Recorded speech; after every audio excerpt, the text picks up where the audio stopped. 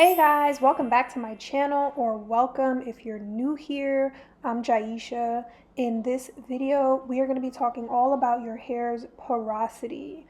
What exactly is hair porosity? What does it mean? And I'm also going to show you 3 really simple tests that you can do to find out if you have high, medium, or low porosity hair. And this is a really important first step in learning how to care for your hair and building a regimen that works for you. So let's start with, what is hair porosity? Hair porosity is your hair's ability to absorb and maintain moisture. And this is typically divided into 3 categories: low, medium, or high porosity. But what does porosity mean? The structure of our hair consists of 3 layers. The cuticle, which is the outermost layer that consists of smaller cuticles that overlap each other. The cortex, which is the thickest layer, and then the medulla, which is the innermost layer. When your cuticles are tightly packed together, it's harder for moisture to get in, and that's classified as low porosity hair. On the other hand, if your cuticles are too widely spaced apart, your hair can't hold the moisture in, and that's high porosity hair. Now let's get into these tests. We're starting with the float test, which most people are familiar with. You put room temperature water in a glass cup or a bowl. You don't want warm or hot water. It will compromise the results. Then you're going to take a clean strand of hair with no product in it and put it in the water. If it floats on top, it's low porosity. If it slowly sinks to the middle, it's medium porosity. But if it floats all the way to the bottom, it's high porosity. Now, I did 2 tests because I started with a single strand of hair and it floated, but the camera couldn't really pick it up because it's a little hard to see a single strand of hair, even to the naked eye.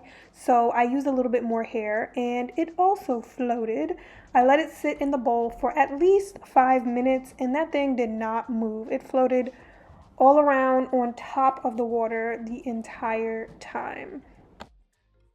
Now the spray test. Grab a spray bottle with only water in it and spray your hair while it is dry. As you can see, the little droplets of water are sitting on top of my hair. They're not absorbing into my hair strands. That's a sign of low porosity. And adding heat to your routine will help to open up your cuticles so that the moisture and the water and the hydration does get in. If water quickly absorbs into your hair, if your hair dries quickly or tends to be dry and frizzy, even after you've moisturized, you may have high porosity hair. So with high porosity hair, it helps to use sealants to keep the moisture in, leave-in conditioners and oils to help with sealing in the moisture. And the last test is the product test. I made that name up, but it's basically like the water test except with hair product. If you notice products tend to sit on top of your hair, like what you see here happening with my deep conditioner, that's low porosity. But if your hair absorbs product quickly when you're styling or deep conditioning and your hair air dries quickly, those are signs of high porosity. Last question, can I change my hair's porosity?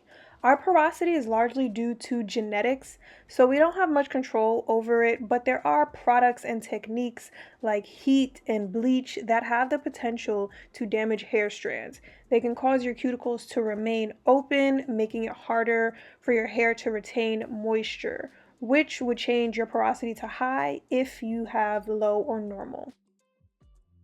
And in case you are not interested in doing any of these tests, you can use this chart to determine your porosity based on the characteristics of each. I hope you found this helpful, and I will catch you in my next video.